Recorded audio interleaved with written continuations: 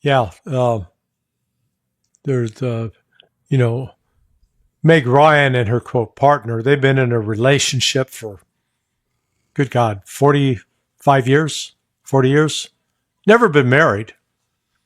Well, I draw that as a parallel to Israel and the UAE. They're just announcing their relationship.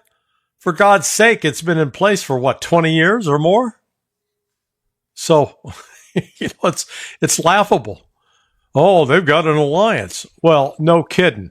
Sun rises in the east. You got any more news flashes for me?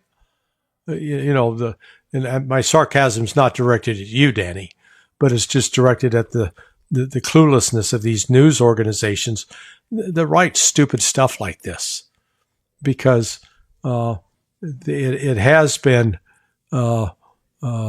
it has been the case for quite a while that UAE was seen as a tool of Israel openly. And I forget, I did the wrong cultural reference. It was Goldie Hawn, not Meg Ryan, but still the point is, you take something that's publicly known, it's visible to the public, everything, and then you come out and report it as news. It doesn't make sense. Where did the Saudis go? The Saudis got one out here. Negotiate, settle, surrender, because otherwise, the Houthis are going to keep breaking them up all day. They're going to keep knocking out ships that try to come through Bab el-Mandeb. They're going to force the Saudis to use the Suez Canal. And, you're not going to see the Egyptians bitching about that, because every Saudi ship that comes through the Suez Canal pays a fee. In fact, you could almost maybe make the case that actually the real alliance here could be between the Houthis and the guys in Cairo that control the Suez Canal. That they got a backdoor deal. Yeah, we'll give you 10% of everything that comes through. So the Saudis militarily cannot defeat the Houthis. They've tried that. They've tried various methods. They certainly don't have an army of sufficient size to do it. And their whatever they have in terms of air power is offset by the Houthis' enormous stockpile of missiles. Now, Iran has reported, Larry, that their missile capabilities are only growing. They've updated their missiles, essentially all of them, to have the capability of evading air defenses, changing, I think, almost toward the end of their trajectory to evade air defenses, but also that they are producing missiles at such a high rate that they are highly confident that they can go until that 2029 period and beyond, should they need to use them. I'm wondering about Yemen, though, in Ansar Allah. What are their capabilities? Are they just getting started? The Bab el-Mandeb Strait is partially closed to Saudi shipping and commercial shipping, but there is activity going through it. Is this phase one? Is this step one? Do they have the capabilities of closing it all together? What do you know about that? Yeah, no, I think they do have the capability to close it all together, but they're not going to. They're going to allow ships, particularly ships related to China and Russia, to pass. But, they've already proven that they can't be beat. Or to beat them, it's going to require a level of military investment and risk that the United States certainly wasn't willing to pay or risk. We saw we had two carrier strike groups at one point in the Red Sea trying to shut down the Houthis, and they failed. It was over a 7-week period, and they absolutely failed to shake the Houthis. So, and the Houthis, I mean, these battles, they've been fighting these battles for centuries. And, they don't give up.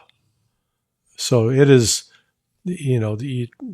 this is one of those cases where the Saudis they picked a fight with the wrong critter.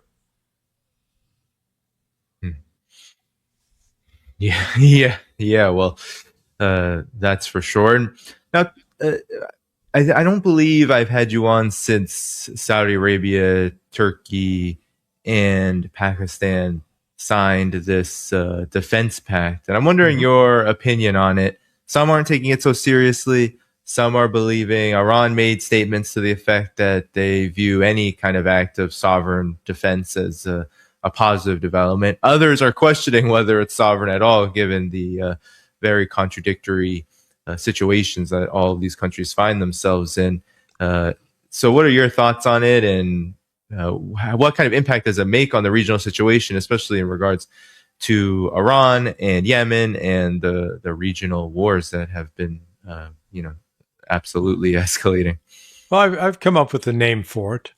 It's the Middle East Treaty Organization. The shorthand for that is Me Too. So this is the Me Too movement. Yeah, I would call it performance art. That's about, it's not going to, in any foreseeable future, convert itself into some sort of entity capable of acting militarily with any kind of force. Number one, the Saudis bring nothing to the table militarily. Saudis are useless. They've got a 250,000 man army, supposedly, but they can't even beat the damn Houthis. And they tried for 10, 12 years. So you've got that. You have the Turks, who have a large army, but they're not real good at projecting force, sending those troops outside of their country. And then you got Pakistan, which provides, at least in theory, a ballistic umbrella over Turkey and Saudi Arabia. Now, the fact that they signed it in Mecca, I think that's important. That was symbolic, making a declaration about the Islamic nature of this accord. Because if it was really secular, they would have signed it in Riyadh. But they made a point that Erdogan and Sharif, the foreign minister, the prime minister of Pakistan, were on hand to sign it in Mecca. So it was basically saying to the world, this is a Muslim thing. That said, they also reportedly pledged, hey, an attack on one is an attack on all. Okay, let's walk through what has happened. Pakistan and Saudi Arabia had already made that agreement back in September of 2025. And since then, Saudi has been attacked by Yemen. And what did the Pakistanis say and do? Nothing. They said, oh, not our problem. So now, in the wake of the signing of this Me Too agreement at Mecca last week, that within hours of that being signed, there was an attack in Saudi Arabia by Yemen. So right off the bat, that should have triggered, hey, we've been attacked. Come on, they're attacking me, they're attacking you. And the Saudis and would have been calling on Pakistan and Turkey. Come on, guys, let's go. What happened? Nothing. It is, words, no action. So the question about what does this agreement mean, it's up in the air. As you rightly noted about the reaction of Iranian authorities, and then we had Hakan Fidan, the foreign minister of Turkey, explicitly to say, "Hey, we're not going to be attacking the Houthis or the Iranians." Now, it does raise the question of in the last few days, Turkey has made some threats directed at Russia, at the Russians. So, do you believe that if Russia and Turkey come to blows, that the Saudis and the Pakistanis are going to rise up and join Turkey in a fight against Russia? I don't think so. It was, like I said, this is more like a performance in an art studio without any real substance.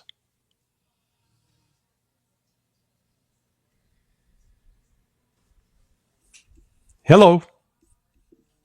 Sorry, I was muted. One comment before moving on to finish the program on the Ukraine situation. I believe Saudi Arabia and Pakistan also have supposedly a mutual defense pact. Yeah, they have a sign last September. I referenced that.